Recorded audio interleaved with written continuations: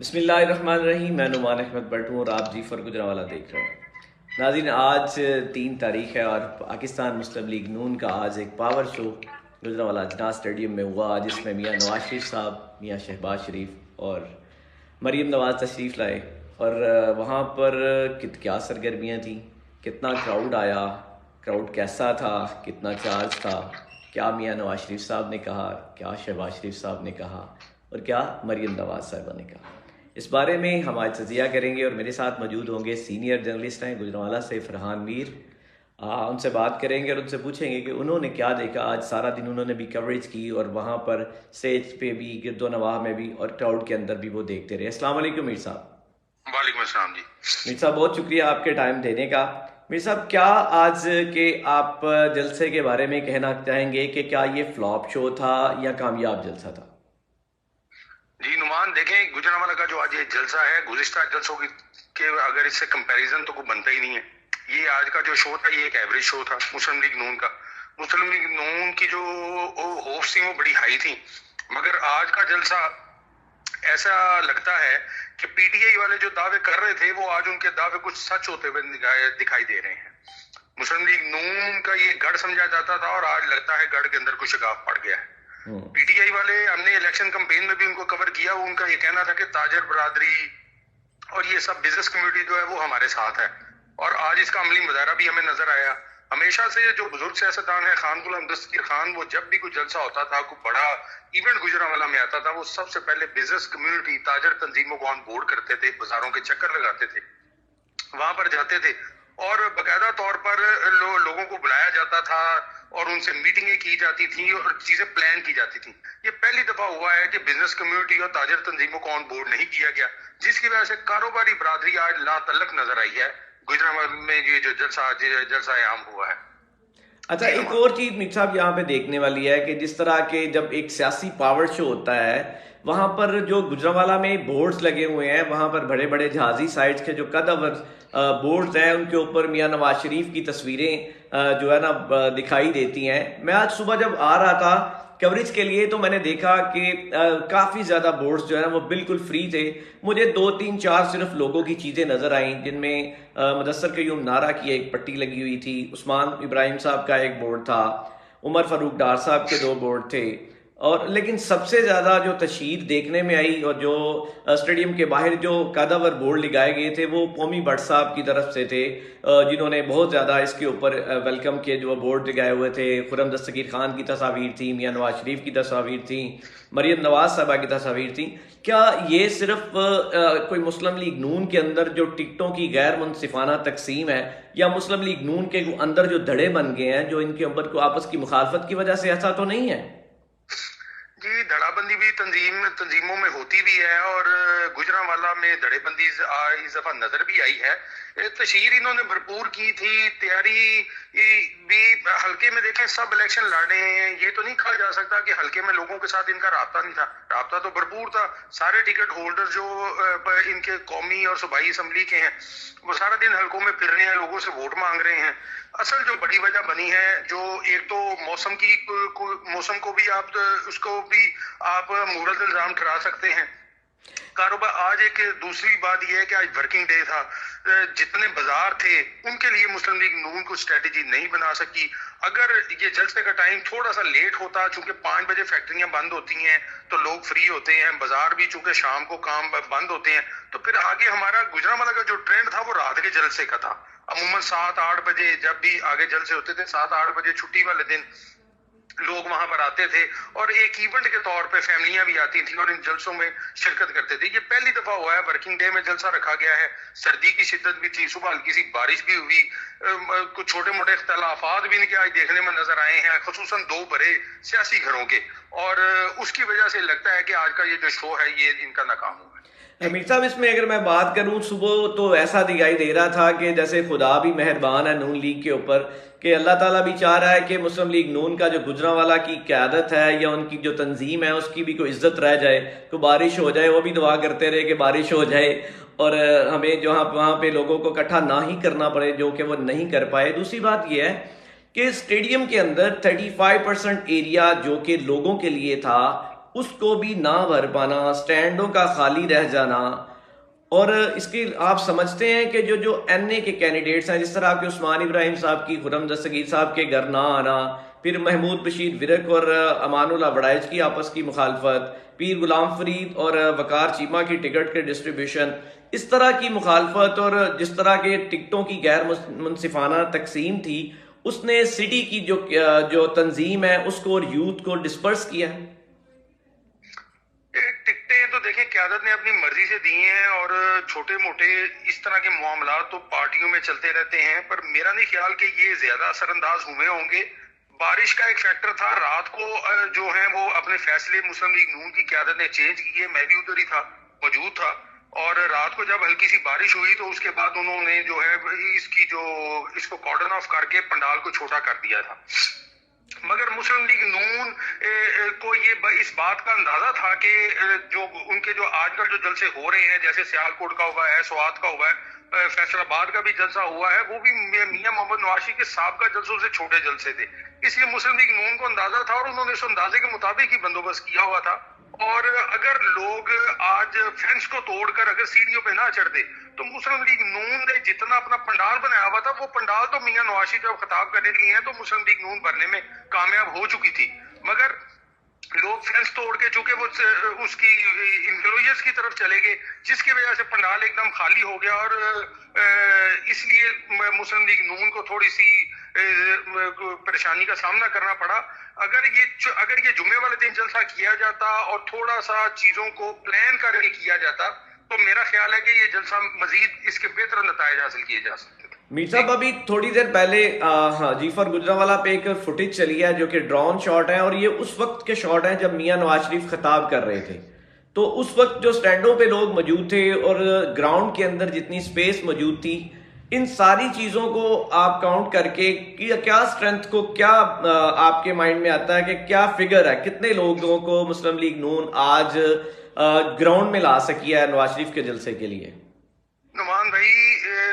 تعداد تو ہزاروں میں ہوگی، یہ کوئی بہت زیادہ تعداد تو نہیں تھی، مگر آپ ماضی کے جلسوں سے جب موازنہ کرتے ہیں نا، تو پہلے گوجرانوالہ چونکہ ڈویژنل ہیڈ کوارٹر تو ڈویژن کا جلسہ ہوتا تھا، یہ بات ہمیں اپنے ناظرین کو بتانی بہت زیادہ ضروری ہے۔ پہلے جب جلسہ ہوتا تھا تو سیالکوٹ، گجرات، منڈی بہاؤدین، حافظ آباد سے یہاں پر ایک ہیڈ کوارٹر گجرات جو کہ ڈویژنل ہیڈ کوارٹر ہے، تو یہاں پر ایک جلسہ منعقد کیا جاتا تھا۔ اس دفعہ میاں صاحب نے اپنا حافظ آباد میں جلسہ علیحدہ کیا ہے، سیالکوٹ میں جلسہ علیحدہ کیا ہے، اس لیے، اور منڈی بہاؤدین میں شہباز شریف صاحب علیحدہ کر گئے، اس لیے گجرانوالہ کا جلسہ جو کہ ضلع کا جلسہ تھا تو ضلع کے حوالے سے یہ ایک ایوریج جلسہ تھا، اس کو مزید اچھا کیا جا سکتا تھا، مگر میرا خیال ہے کہ اس پہ توجہ نہیں دی گئی، جس کی وجہ سے جلسہ آج کا جو ہے ان کا خراب ہو گیا۔ میر صاحب کیونکہ یہ کل سے 2 دن پہلے سے ایک بات جو مسلم لیگ نون کے جو سٹیج ہیں اس سے کہی جا رہی تھی، بار بار کہی جا رہی تھی کہ یہ ایک تاریخی جلسہ ہوگا، تاریخ کس طرح کی رقم کی ہے انہوں نے آج، اور کیا اسی طرح کی تاریخ 8 فروری کو بھی یہ رقم کریں گے؟ 8 فروری میں دیکھیں ابھی 5 دن ہیں، مسلم لیگ نون کو چاہیے کہ آج جو ان سے غلطیاں سرزد ہوئی ہیں اس سے سبق سیکھیں، اس پہ کام کریں، بزنس کمیونٹی، تاجر برادری کو بھی ان کے پاس 5 دن کا ٹائم ہے، ان کو آن بورڈ کرے۔ 8 تاریخ میں اگر اس طرح کا معاملہ ہوا تو مسلم لیگ نون کے لیے مزید پریشانی آنے والے وقت میں جو ہیں وہ بڑھیں گی۔ یعنی آپ کا مطلب ہے کہ اگر آج کی غلطیوں کو دوبارہ دہرایا نہ جائے تو 8 فروری کو اچھے نتائج مل سکتے ہیں؟ جی دیکھیں جی، مسلم لیگ نون کا مین پارٹی سے تو الیکشن ہو نہیں رہا، مسلم لیگ نون کا چھوٹی پارٹیوں کے ساتھ الیکشن ہے، اور مسلم لیگ نون اچھے نتائج حاصل کر سکتی ہے۔ تھوڑی سی جو ان سے غلطیاں ہوئی ہیں یا جو رابطوں کا فقدان ہے، اگر اس کو بہتر کیا جائے تو مسلم لیگ نون 8 تاریخ کو اچھے رزلٹ حاصل کر سکتی ہے۔ یعنی کہ جس طرح کے حالات بنا دیے گئے ہیں، جس طرح پکڑ دکڑ اور جس طرح کے لیول پلینگ فیلڈ نہیں دی جا رہی، میرا تو آپ کیا سمجھتے ہیں کہ جس طرح پہلے الیکشن کے نتائج رات کو 12 بجے آیا کرتے تھے، اب دن 12 بجے نہیں آ جائیں گے؟ نعمان شنید اب بھی یہی کی جا رہی ہے، نتائج رات کو 12 بجے نہیں، 12 بجے سے بعد ہی ملیں گے، مگر یہ الیکشن دوسرے الیکشن سے ذرا ڈیفرنٹ ہوگا، اور ابھی کچھ دن لگیں گے اس کی صورتحال اور اس کی شیپ جو ہے وہ واضح ہوتے ہوئے کچھ ٹائم لگے گا۔ میر صاحب میں آخری سوال آپ سے کرتا ہوں، مجھے یہ بتائیے گا کہ 8 فروری کو اکثریت جیتے گی یا عسکریت جیتے گی؟ میرا یہ سوال میرے سے نہ ہی کریں. تو بظاہر تو دیکھیں مسلم لیگ نون کے لیے نا اس وقت فیلڈ میں پرابلمز نہیں ہیں. مسلم لیگ نون کے لیے اس وقت لیول پلینگ فیلڈ ہے اور باقی جماعتوں کے لیے مشکلات ہیں, اور چھوٹی جماعتیں ہیں, چھوٹی جماعتیں جیت تو نہیں سکتی اور ساری مل کے ٹف ٹائم ضرور دے سکتی ہیں مسلم لیگ نون کو, پر مجھے نہیں لگتا کہ کوئی ایسے حالات ہے کہ مسلم لیگ کے لیے کوئی پریشانی کے ہی حالات سبب بنیں گے. میر صاحب کوئی ایسا کوئی نیشنل اسمبلی کا یا پنجاب اسمبلی کا کوئی ایسا حلقہ دیکھتے ہیں جس میں مقابلہ پاکستان تحریک انصاف سے ہوگا؟ یہ جو قومی اسمبلی کا بڑا عثمان ابراہیم والا حلقہ ہے وہ اسد اللہ پاپا جو ہیں اور شاہد عثمان ابراہیم کے درمیان اگر پی ٹی آئی کا ووٹر نکلا تو اس حلقے میں مقابلہ نظر آتا ہے. ادروائز خرم دستگیر کا ہو گیا یا کوئی ایسا حلقہ نہیں ہے شہر کے اندر کہ جدھر مقابلہ ہو. اور وزیر آباد میں جو پی پی 36 ہے احمد چٹھا والا, اس حلقے پہ بھی مقابلہ ادھر سخت ہوگا. اور پیر فرید والا جو حلقہ ہے ادھر بھی مقابلہ جو ہے وہ چونکہ مسلم لیگ نون نے ان کو ٹکٹ وقار چیمے کو نہیں دیا تو ادھر جٹ برادری اکٹھی ہے تو ادھر بھی اچھا مقابلہ دیکھنے کو ملے گا. اور جو قلعہ دیدار سنگھ والی سیٹ ہے جدھر سے پہلے شعیب بٹ صاحب کو گرین سگنل دیا گیا, بعد ازاں ان سے ٹکٹ لے کے شعیب بٹ صاحب کو دے دیا گیا, ان کو امان اللہ وڑائچ صاحب کو گرین سگنل دے کے ٹکٹ جاری کر دیا گیا. وہاں پر جو آزاد امیدوار ہیں میر ابرار احمد بٹ, ان کا سخت مقابلہ ہوگا امان اللہ وڑائچ کے ساتھ. اور چونکہ پی ٹی آئی کے امیدوار کی اس طرح گرفت نہیں,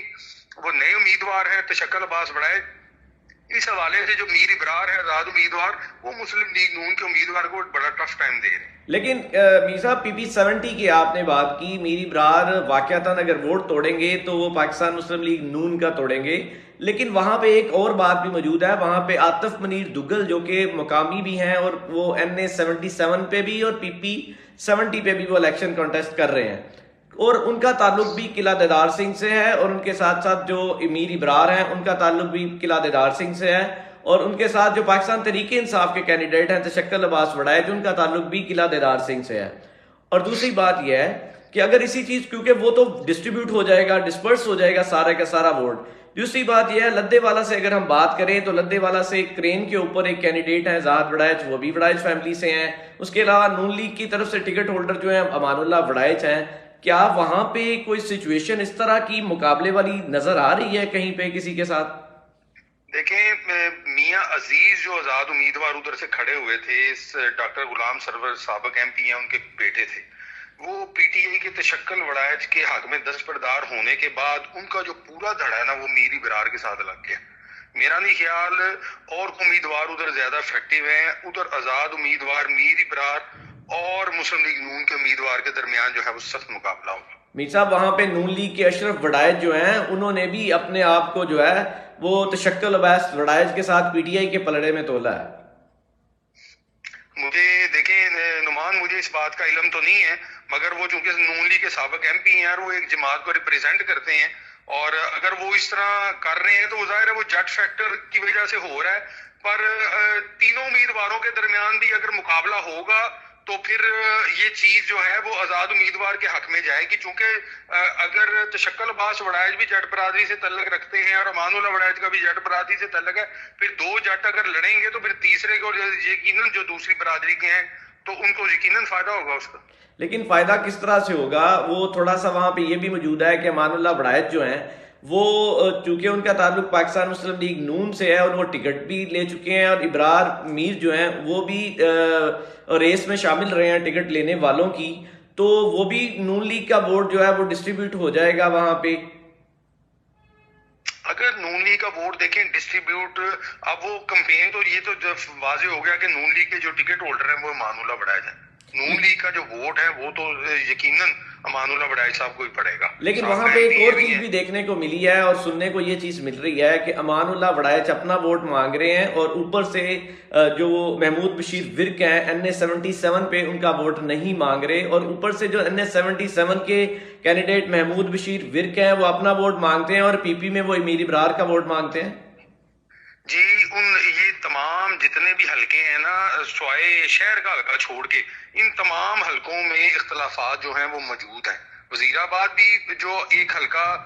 ٹف ہے اس کی وجہ ظاہر ہے ڈاکٹر نثار چیمہ صاحب چاہتے تھے کہ باگڑیوں کو ٹکٹ ملے, ان کے عزیز بھی ہیں, مگر مسلم لیگ نون نے اپنی مرضی کر کے ادھر دونوں امیدواروں کو نیچے ٹکٹ دے دی ہے.